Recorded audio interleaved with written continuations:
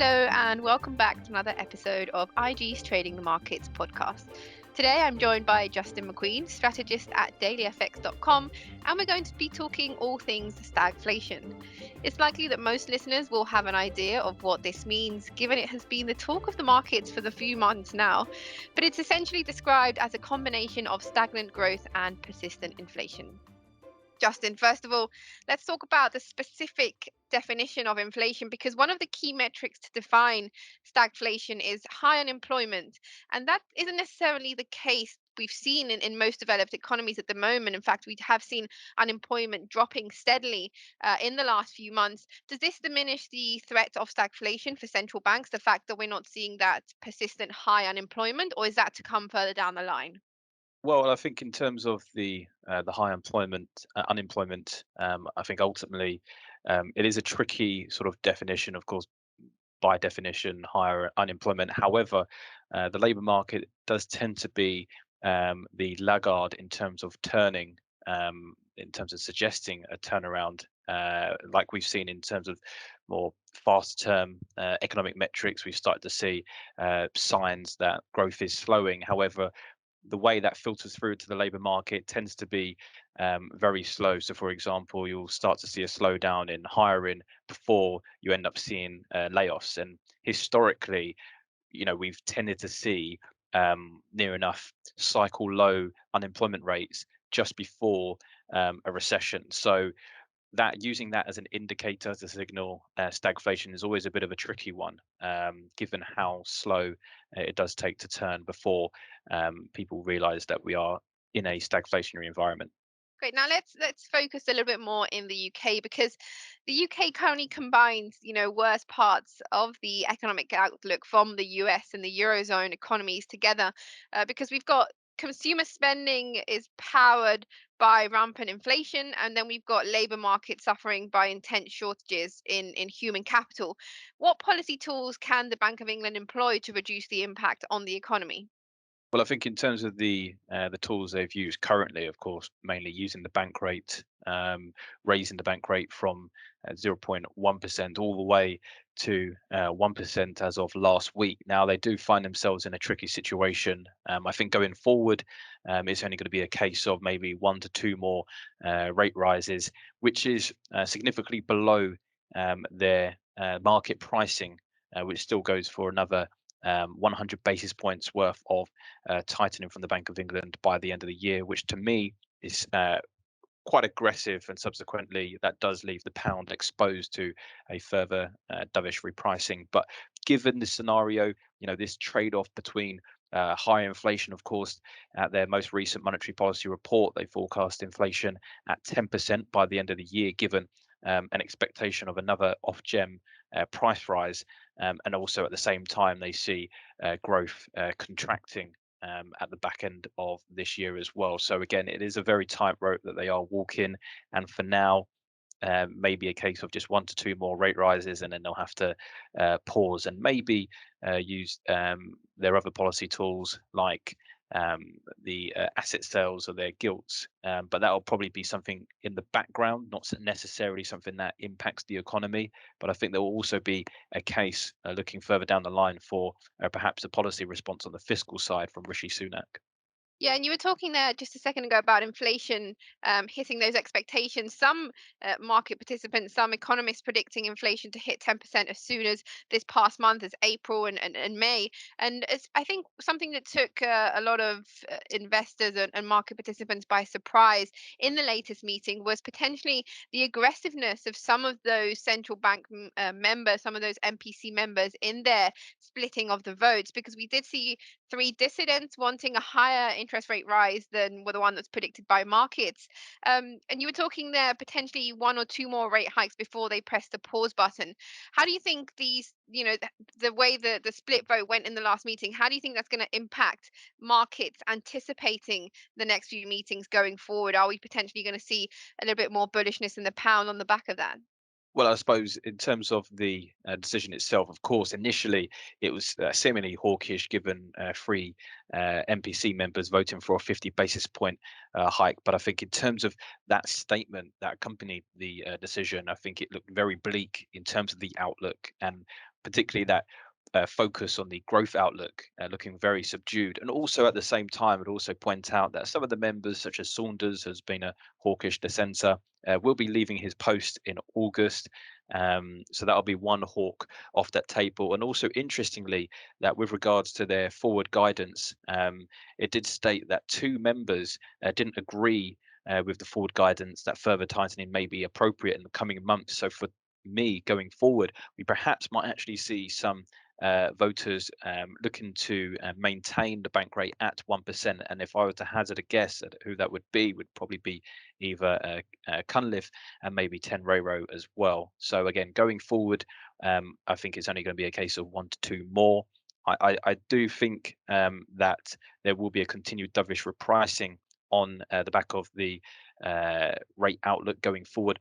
Not only did they also have some members who didn't agree with the forward guidance, but also at the same time in the monetary policy report, they stated that based on the market path for interest rates, which sees the bank rate at 2.5% by the middle of next year, they forecast that inflation would severely undershoot its 2% target over the horizon period, and subsequently, I don't see them reaching anywhere near that 2.5% sort of level based on market interest rates. And for me, again, I'm expecting some downside in the pound going forward. That might be better against maybe perhaps the euro, given that the ECB members are talking up the potential of a July rate rise, which again is pretty much in line with market expectations currently, but that might be a better way to go.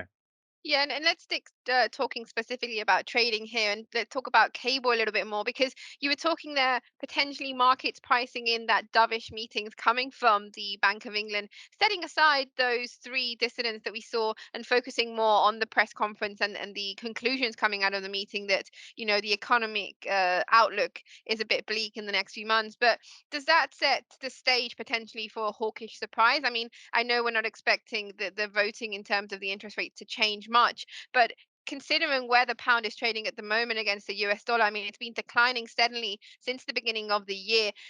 Is there a turning point in sight? I mean, what are you expecting in the next few months out of the pound if we continue to see, this path of stagnant growth and inflationary environment? Because a lot of these forecasts are this bearish continuation to follow. Are we potentially expecting to see a little bit of a reversal? Yes, I think if we were to see a bit of a reversal, I would argue that it would have to come from more from the dollar side of the equation. I must admit that given where cable is trading and given how the sizable short positions that are seen on CFTC, COT data with regards to the pound, I think you could argue that there could be a turning point via a short squeeze, which can be quite violent at times, and that could perhaps provide the fuel for a squeeze higher in cable. But like I said, I think really that will have to come from the dollar side of the equation. I think at the moment, currently, there doesn't seem to be really an alternative to the dollar. We've been seeing this continued pullback in equity markets, which has filtered through to safe haven flows for the dollar. And at the same time, you're very clear in terms of the outlook for the Federal Reserve that they will be hiking at 50 basis point increments going forward, and then followed up by 25 basis points towards the end of the year. Relative to the BOE, I think they're going to have to disappoint relative to current market expectations. But that's not to say that we're going to continue to see downside in the pound. I think a lot of the negativity is pretty well reflected in the pound, which can be good overall, given that it will need to have a fresh impetus to really add on some additional shorts. But for me, at the moment, the bias still remains to be selling any sort of rallies in cable.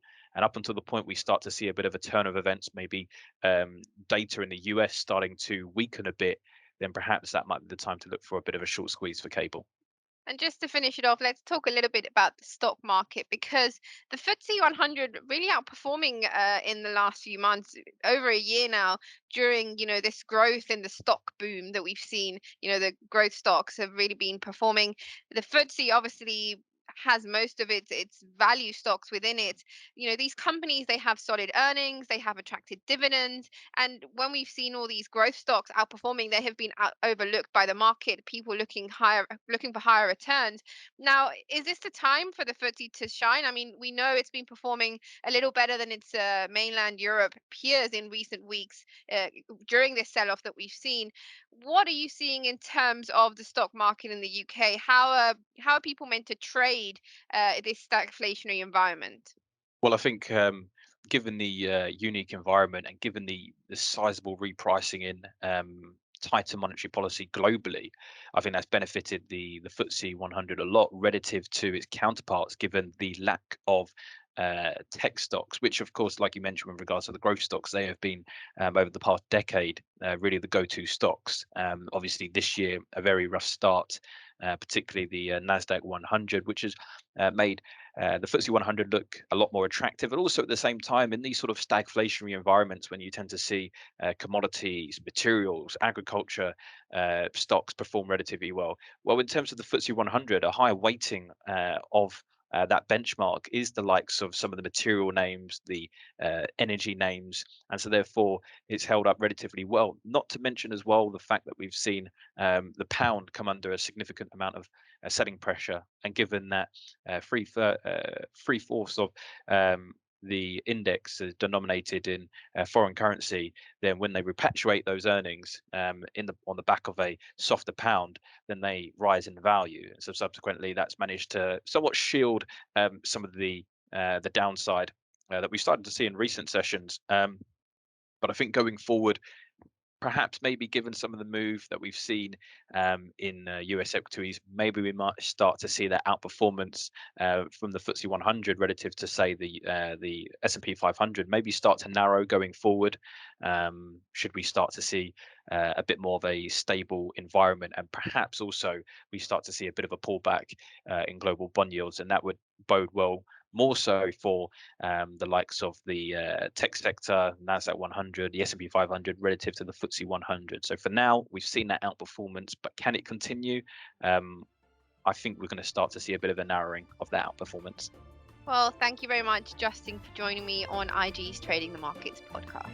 That was Justin McQueen, strategist at dailyfx.com, giving us his views on the current market environment, focusing a little bit on stagflation.